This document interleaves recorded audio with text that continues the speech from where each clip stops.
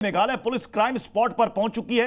Crime scene को recreate यहां पर किया जा रहा है। सोहरा में क्राइम सीन को रिक्रिएट किया जा रहा है। सभी आरोपियों को लेकर वहां मेघालय पुलिस पहुंची है और इन सबसे एक एक बिंदु पर हर एक सवाल किए जाएंगे। ये यहां पर कैसे आए, उस दिन क्या हुआ, क्या वक्त हो रहा था, किसने कहा कि चलो नीचे चलते हैं, और किसने धक्का मारा, किसने वार किया, कितनी बार वार किया, उस वक्त क्या टाइम हो रहा था, और उसके बाद कौन स्कूटी चला रहा था, कौन कैसा है। बहुत सारे सवाल यहां पर हैं जिसका जवाब मेघालय पुलिस जानना चाह रही है।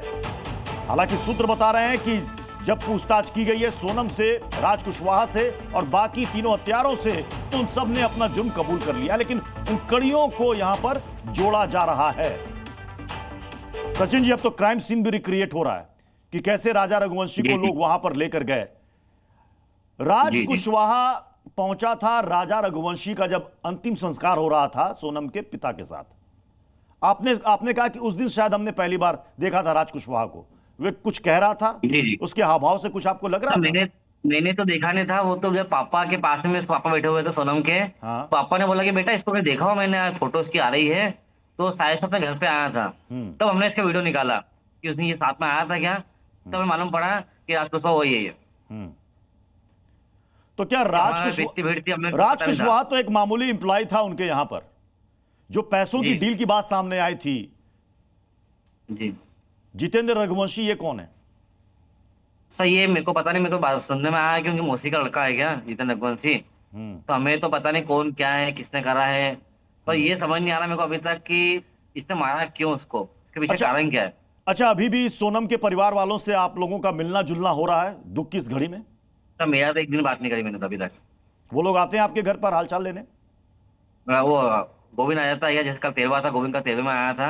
हाँ। तो मैंने बात नहीं करी सर। यानी कि अभी भी आप दोनों परिवारों के बीच में ताल्लुकात अच्छे हैं? नहीं सर, हमने बंद नहीं कर दिए। हमने उसके पापा मम्मी से किसी से बात नहीं करी अभी तक, उनसे किसी लोगों से बात नहीं करी हमने। तो गोविंद खुद ही आता है क्या, 10वें में आया था, 13वें में आया था, हमने उसको बुलाया भी नहीं, खुद ही आया था। ओके, ठीक है। राज कुलेरे जी, जैसा कि सचिन बता रहे हैं कि चूंकि रिश्ते में वो सोनम के जेठ लगते थे, तो और थोड़ा राजा भी शर्माता था बड़े भाई से बात करके खुलने।